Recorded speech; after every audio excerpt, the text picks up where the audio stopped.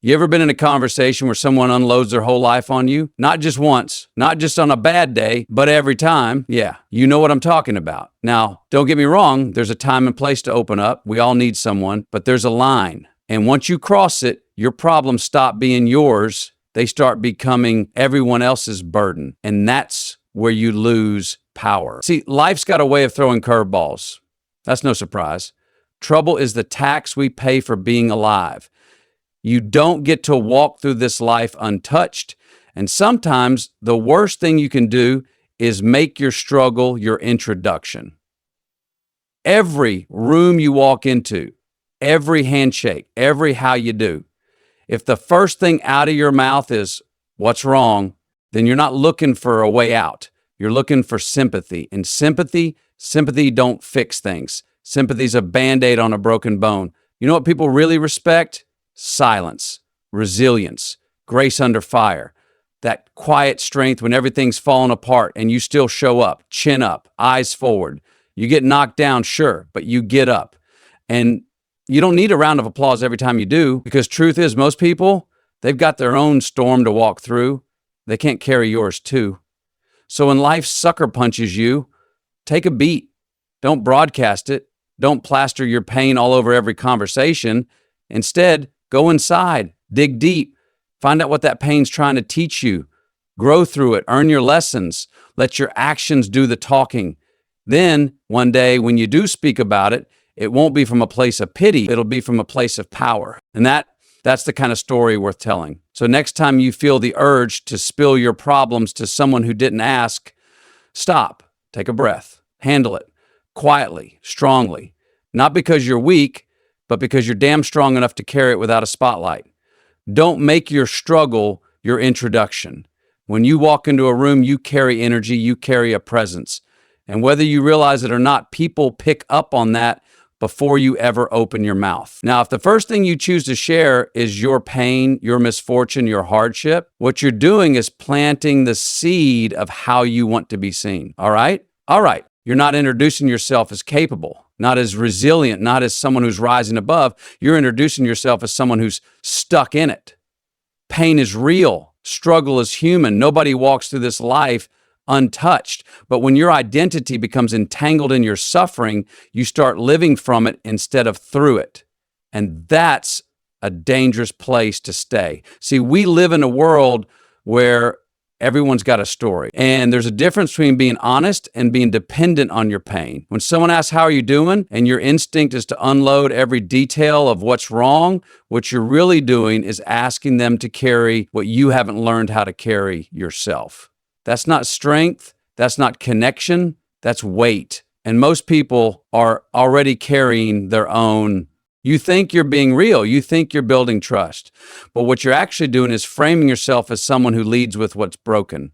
And if you lead with what's broken, people stop seeing what's whole.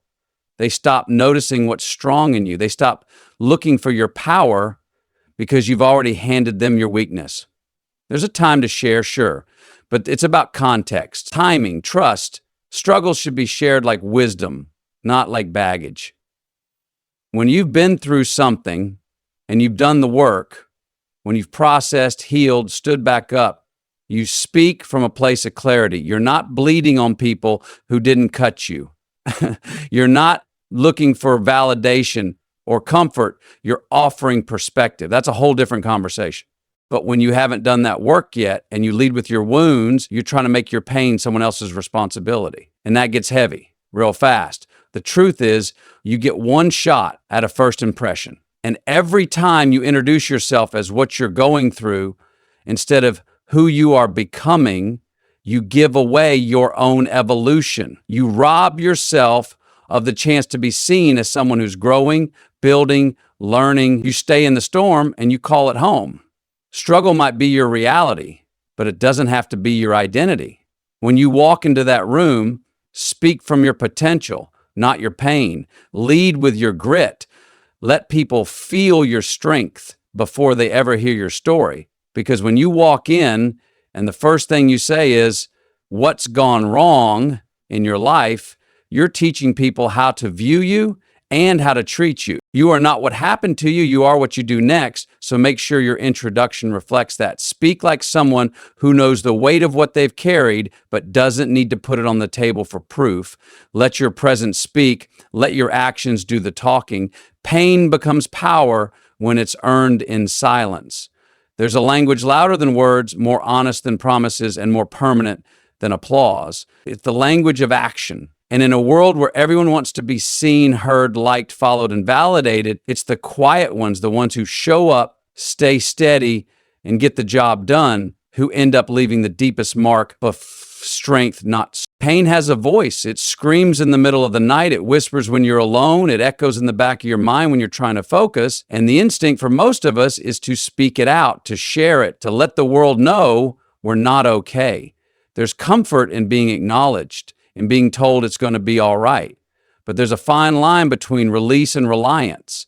At some point, if you're always talking about what hurts, the hurt starts running the show. Real strength doesn't announce itself. It doesn't need a stage. It builds itself behind closed doors, early in the morning, when no one's watching, when nobody's clapping. It's forged in silence, in the choices you make when it's just you and your demons. That's the kind of strength that doesn't fade. That's the kind of power that sticks. When you act instead of talk, you start to transform. You stop needing sympathy and you start building substance. You turn pain into discipline, into drive, into resilience. And the people around you, they notice. Maybe they don't say it, but they feel it. You don't have to walk around telling folks what you've been through. They'll see it in your eyes, in the way you carry yourself, in the way you keep showing up when others fall off. Silence, when chosen, is a weapon. It sharpens your focus. It builds your edge.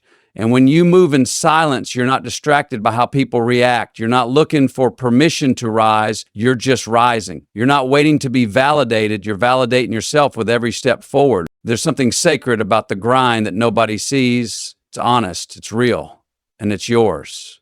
That's where your power grows, not in the telling, but in the doing. Not in the moment you say, I'm going to change, but in the 1,000 quiet moments when you do.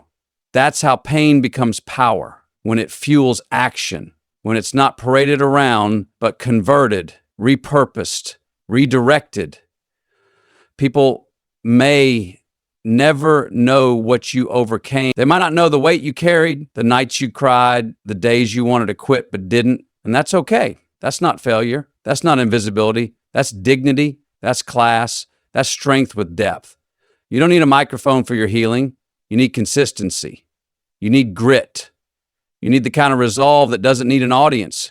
Because when you act in silence, your results make the noise. And that kind of noise can't be denied. It doesn't beg for attention. It earns respect every time.